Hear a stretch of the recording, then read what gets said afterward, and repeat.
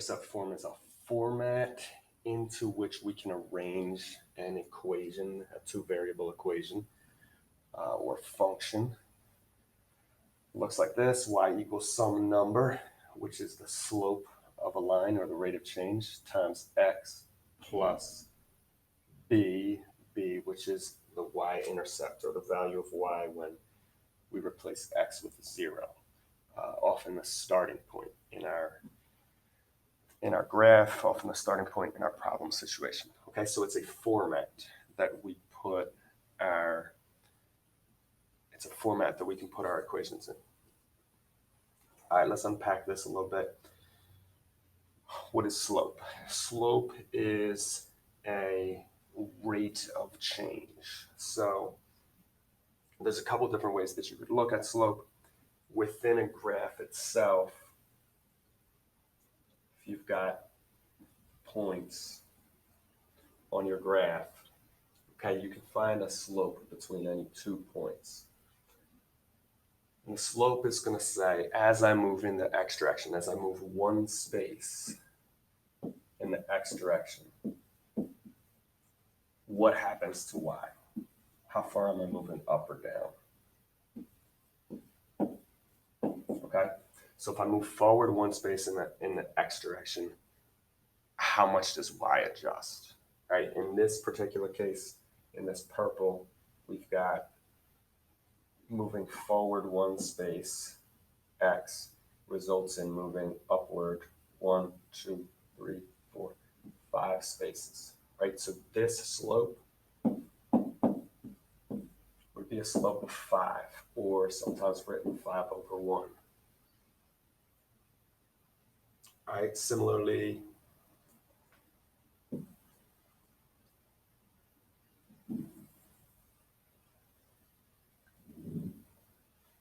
this is a little harder to tell in this instance. If I move forward one space in x, I'm moving up a fraction of a space in y. All right, to find out what that fraction is, a lot of times we'll move forward multiple spaces until we get from a point that we know fully, we know the x and y value, to another point that we know fully the x and the y value. So if I move forward 3 spaces in the x direction, that results in moving upward 2 spaces in the y direction, which means that if I divide these, I'm moving up 2/3. I'm moving up 2/3 in the y direction for each one that I move across in the x direction. All right, 1, 2/3, 2, 4/3, 3, 6/3 gives me my two. Okay, back in Algebra 1 or even in middle school, sometimes slope would be defined as rise over run. All right, I don't like to necessarily use that because we're not always rising. Sometimes we're going up, sometimes we're going down, which will be fall over run. Right? If you had a situation like this, this would be a downward slope. Okay, as I move forward 1, I'm moving down 2, so my slope would be -2, or also you could say -2/1. Okay, you should be able to recognize generally a few different kinds of slopes. If I'm going downward from left to right, that is a negative. It's going to be a negative slope. All right, it means that as x increases, y decreases. If I'm moving upward from left to right, that's going to be a positive slope, meaning that as x increases, y also increases. All right, if I've got a flat line, flat horizontal line, it's going to mean there's no slope, or a slope of 0. All right, that means as I move forward in the x direction, y doesn't do anything. And if I have a vertical line, straight up and down, that slope is going to be undefined. Okay, and that's because I can't move forward in the x direction. Right? I can only move in the y direction. So you can find slope or rate of change by counting how far have I moved vertically, how far have I moved horizontally in a coordinate plane. The other way that you could find slope given 2 points is you could use subtraction. Okay, so looking at this particular example, we have y values, right? And as I travel from this point to this point, my y value is moving from 5 to 3. So my ending y value is 3, my beginning y value is 5, right? The move from 3 to 5, how far have I moved?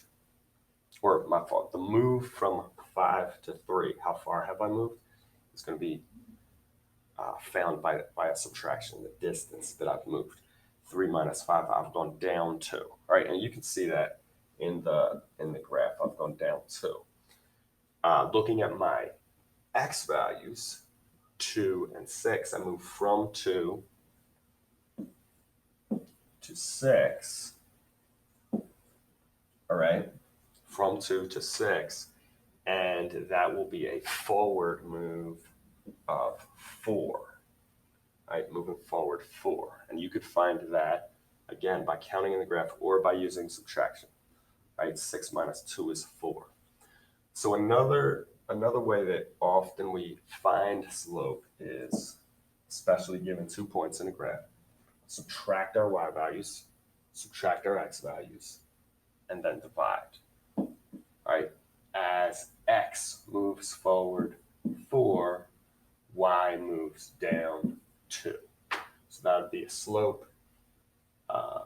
Usually we reduce it to the simplest form if it's a fraction, or you can always turn it into a decimal if you like working with decimals better than fractions. Okay, so a slope of -1/2.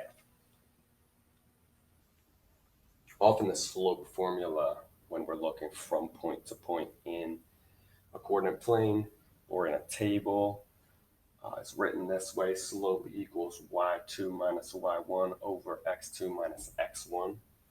Essentially what that means is you take 2 points, you call one of them point number 2, and you call the other one point number 1, right? And then you're just shifting numbers into this formula like so, right?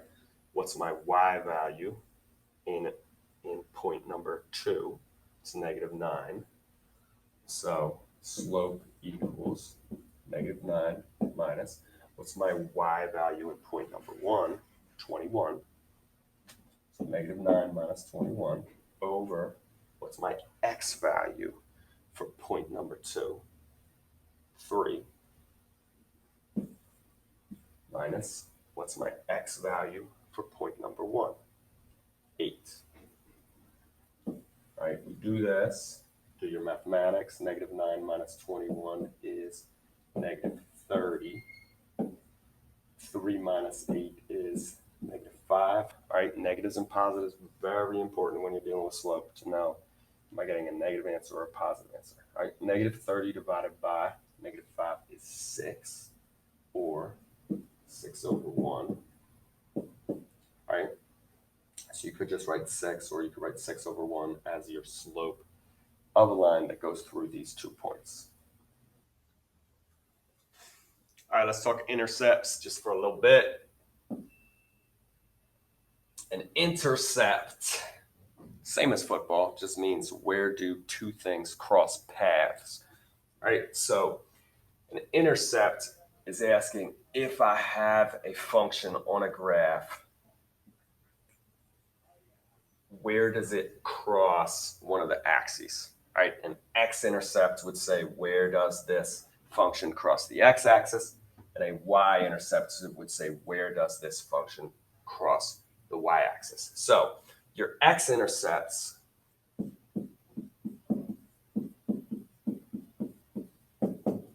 are all going to have the form some number, comma, 0, right? Because in order to be on the x-axis, you can't go up or down. And your y-intercepts will all have the form 0 and then something, right? Because I can't go left or right if I'm going to be on the y-axis. Okay, so that's intercepts. When we put an equation into slope-intercept form, so y equals slope, let's say 2x, plus the y-intercept, let's say -1, one of the things that becomes very easy to do is then graph that equation. So I would be able to say, what's my y-intercept? My y-intercept is 0, -1. That means I'm going to be crossing the y-axis at y equals -1. What's my slope? 2, or 2 over 1. Y goes up 2 for every step to the right in x. All right, up 2 over 1, up 2 over 1. So this is how slope-intercept form of a linear equation works. Very easy to get a picture of it onto a graph. Similarly, if I have a line on the graph, I should be able to write an equation for it in slope-intercept form. If I can find the slope, which forward 1, 2, 3, 4, 5, 6, up 2 would have a slope of 2/6 or 1/3. And look for my y-intercept, 0, 0, 1, 2, 3. My y-intercept is at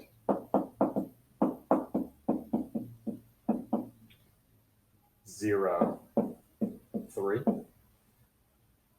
Okay, that means in my equation, y equals mx plus b. I'm going to replace m with the slope, so 1/3, and I'm going to replace b with the y-intercept. Final answer then would be y equals 1/3 x plus 3. Okay, so this is how this format can very easily translate between graphical representation equation. Sometimes I'm given a linear equation that's not in slope-intercept form, and I want to adjust to the equation to get it into slope-intercept form. And the way that we do that is very similar to when we were talking about literal equations. All right, I want to isolate y. I want to get y all by itself. So I'm going to get rid of the things that are around it, like 7. All right, subtract 7 from both sides. We've got 3x's now minus 11 equal to 2y's, right? And then I'm going to divide by 2 on both sides. You have to be careful when you're dividing. Division distributes through addition or subtraction. So this 2 over here is actually going to divide the 3, 1.5x's, and it's also going to divide the 11, 5.5. Okay, so 1.5x minus 5.5 equals y. To get this fully into slope-intercept form, I would have to move my y now, spin the equation, to move my y to the left-hand side. Y equals 1.5x minus 5.5. Okay? And after I do those adjustments, this blue equation is the same as that blue equation, but now it's in slope-intercept form, and that would help me to do whatever I wanted to do in terms of graphing it or figuring out what is the rate of change. All right? slope 1.5, or if I left it as that fraction, it would be 3/2. As x goes forward 2, y goes up 3. All right, and I know that I'm going to be crossing the y-axis at y is negative 5.5, so somewhere down here. At this point, we should be able to recognize slope-intercept form, identify the parts of slope-intercept form, use a slope and a y-intercept to write an equation in slope-intercept form, find slope in various different ways, find our intercepts on a graph, and translate between equation and graph.